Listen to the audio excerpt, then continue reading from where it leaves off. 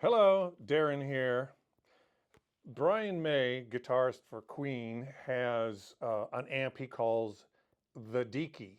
It's named after John Deacon, the bass player.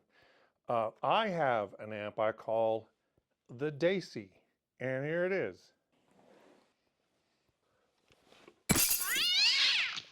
Okay, this amp is called the Deasy because it was given to me by Mike Deasy. He gave it to me in 1979.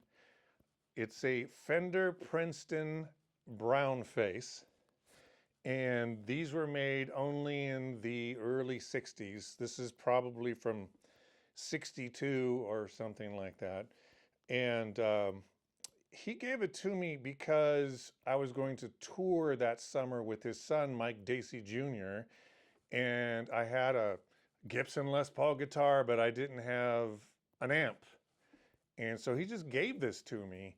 And it was a little beat up, but thanks to my mom, my friend Michael Connor, and me, we got it looking pretty good.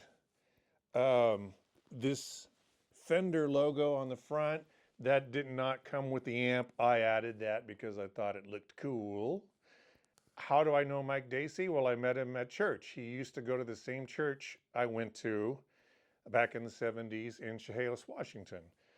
And you're probably wondering, who is Mike Deasy? You probably have never heard of him, but you probably have heard him play because he was on like every other record you heard on the radio in 60s and 70s, and on soundtracks for every other movie you watched in the 60s and 70s. And he even had appearances on TV. He was in an episode of Get Smart as a band, rock and roll band member. He was a member of the Wrecking Crew. The Wrecking Crew was a bunch of musicians based out of Los Angeles that were hired to play on records, and they played on tons of records. And Mike Deasy, he just played on every. He was on. He played for the Beach Boys. He's on Pet Sounds, for crying out loud. He played on albums by Billy Joel, Elvis, the Everly Brothers, Frank Sinatra, Frank Zappa, Frankie Valli, he liked the Franks, Kenny Loggins, Kenny Rogers, the Jackson Five, the Monkees, and so many more. You would not believe how many albums he's played on and how many famous people he's played for. And then soundtracks, I won't even go into that. I think he played on the Graduate soundtrack, for example. And because of him, I was able to meet Barry McGuire. After church, one day I come out of church and Barry McGuire is sitting on the hood of my car talking to Mike.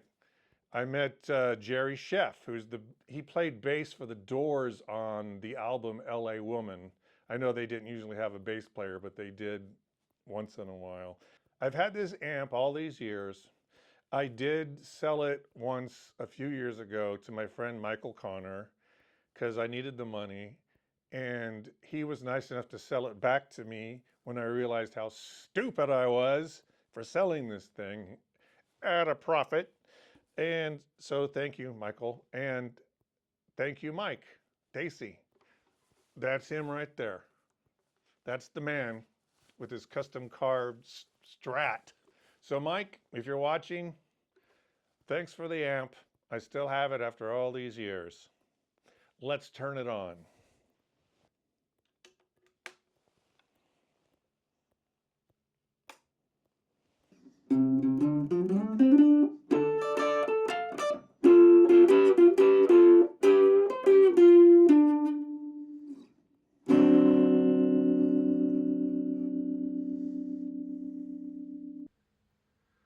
Look at this beautiful cat.